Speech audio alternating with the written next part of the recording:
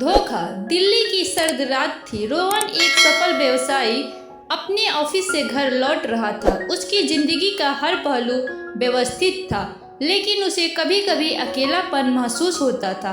उसकी पत्नी सिया हमेशा अपने काम में व्यस्त रहती थी। एक रात जब रोहन ने घर पहुंचकर सिया को ना पाया तो उसने कुछ संदेशों पर नजर डाली।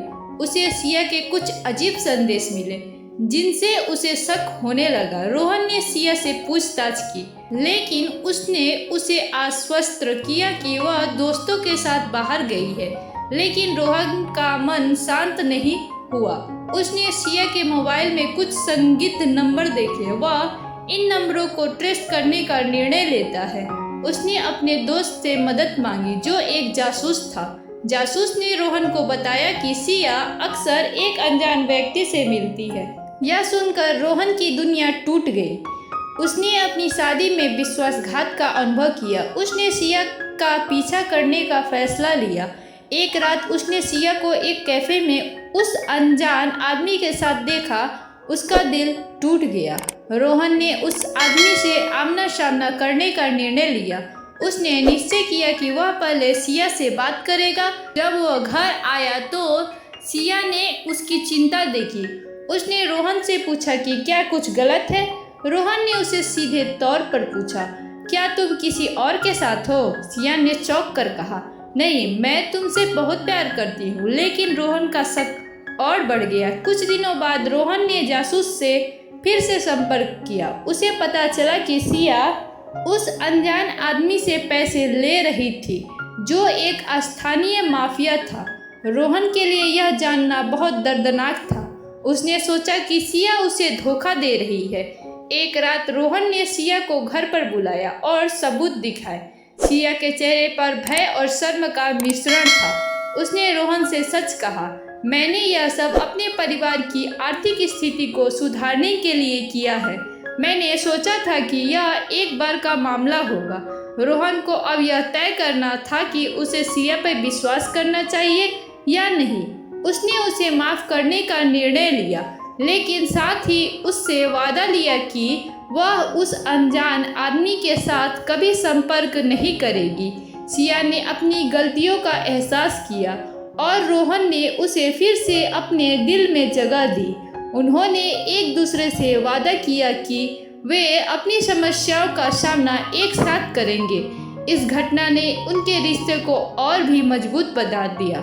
समय बीतने के साथ रोहन और सिया ने अपने जीवन को फिर से संवारने की कोशिश की। वे दोनों समझ गए कि धोखा केवल बाहरी नहीं होता, बल्कि अपने भीतर के संदेहों से भी होता है।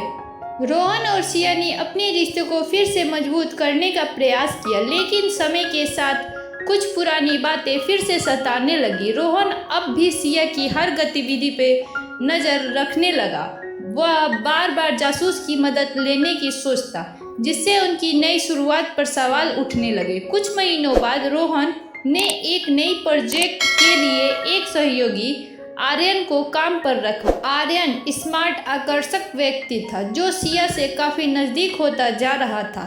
रोहन ने देखा कि सिया और आर्यन के बीच एक खास दोस्ती हो रही है। उसके मन में फिर से संदेह जग उठा, क्या सिया ने फिर से धोखा देने का सोचा है? रोहन ने सिया से बातचीत करने की कोशिश की, लेकिन सिया ने उसे आश्वस्त किया कि आर्यन केवल एक अच्छे सहकर्मी है। लेकिन रोहन की भावना अलग थी। वह सिया की बातें नहीं सुनना चाहता था। एक रात जब सिया ऑफिस में देर तक रुकी, रोहन ने फैसला किया कि उसे सच्चाई जानने के लिए आर्यन का सामना करना होगा। रोहन ने जासूस की मदद से आर्यन के पीछे जाने का निर्णय लिया। जासूस ने बताया कि आर्यन का अतीत भी संगीन था और वह कई बार विवादों में रहा है। यह जानकारी सुनकर रोहन के मन में और भी संदेह पनपने लगे। एक दिन रोहन ने सिया को अचानक ऑफिस से वापस लाने का नाटक किया। जब वह वहां पहुंचे तो उन्होंने देखा कि सिया और आर्यन एक साथ हंस रहे हैं। रोहन का गुस्सा फट पड़ा। उसने आर्यन को चुनौती दी और सिया से सवाल किया। सिया चौंक गई और रोहन को समझाने की कोशिश की, लेकिन वह सुनने को तैयार नहीं था। सिया ने कहा, रोहन, तुम मुझ पर भरोसा क्यों नहीं करते? क्या मैं तुम्हें धोखा देने वाली लगती हूँ? लेकिन रोहन का मन नहीं माना। वह सोचने लगा कि क्या सिया ने फिर से किसी से संपर्क किया। इस विवाद ने उनके रिश्तों में गहरी दरारें पैदा कर दी। कुछ दिनों बाद सिया ने रोहन से कहा कि उन्हें एक बार फिर से अपने रिश्ते पर चर्चा करनी चाहिए। उन्होंने तय किया कि वे एक साथ काउंसलिंग पर जाएंगे। काउंसलिंग ने उन्हें यह समझाया कि संदेह के बिना एक मजबूत रिश्ता कैसे बनता है।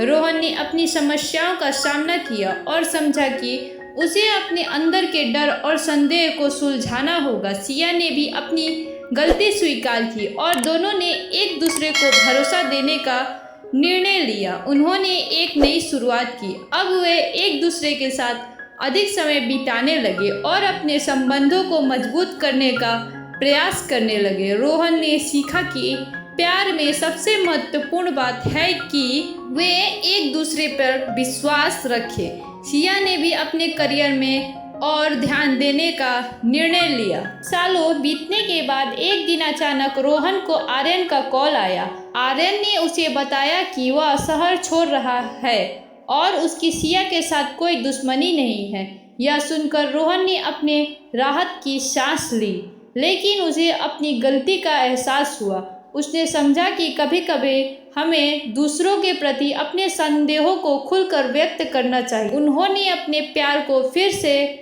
खोजा और एक दूसरे के लिए अपने विश्वास को स्थापित किया।